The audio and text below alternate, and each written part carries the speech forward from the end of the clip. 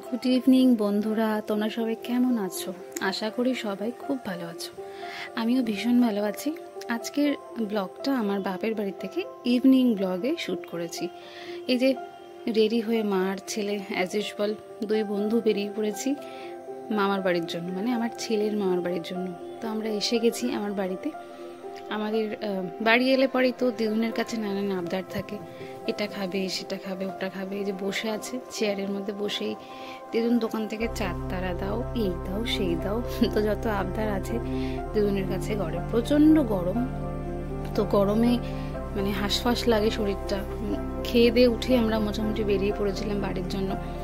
তো বিকেলবেলা হলে মোটামুটি সানডেতে বাড়িতে চলে যাই। এই দেখুন আমাদের মানে দোতলার উপরে যে ছাদের উপরে যে চিলেকোঠা, সেখান থেকে আমাদের মানে বাইরের ভিউটা কি সুন্দর দেখতে লাগে। পেছনে একটা ভীষণ বিশাল বড় বাগান আছে, যে বাগানটা এখন প্রবেশ নিষেধ করে রেখেছে, কিন্তু একসময় আমরা ভীষণ খেলাধুলো করতাম, পুকুরে মাছ ধরতাম, নানান মানে ফল গাছ ফুলের গাছে ভরা চলে। দেখতে পাচ্ছেন পেছনের বাগানটা ভীষণ সুন্দর বাগান। এখন আর ওটা খোলে না, ওটা সরকার থেকে নিয়ে নিয়েছে।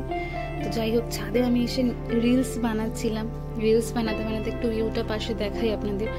দেখুন আশেপাশে, এখানে পাশেই একটা রেল স্টেশন কানিয়ারেস্ট জগদ্দল আছে, তার পাশে আমাদের একদম রেল লাইন, আমাদের বাড়ির কাছাকাছি রেল গেট আর কি।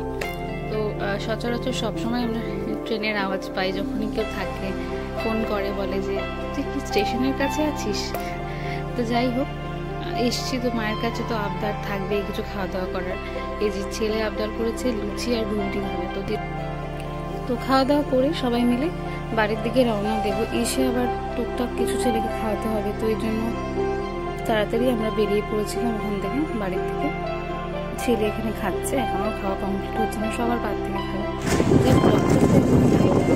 পাশে থাকবেন, লাইক করেন, শেয়ার করবেন। ধন্যবাদ।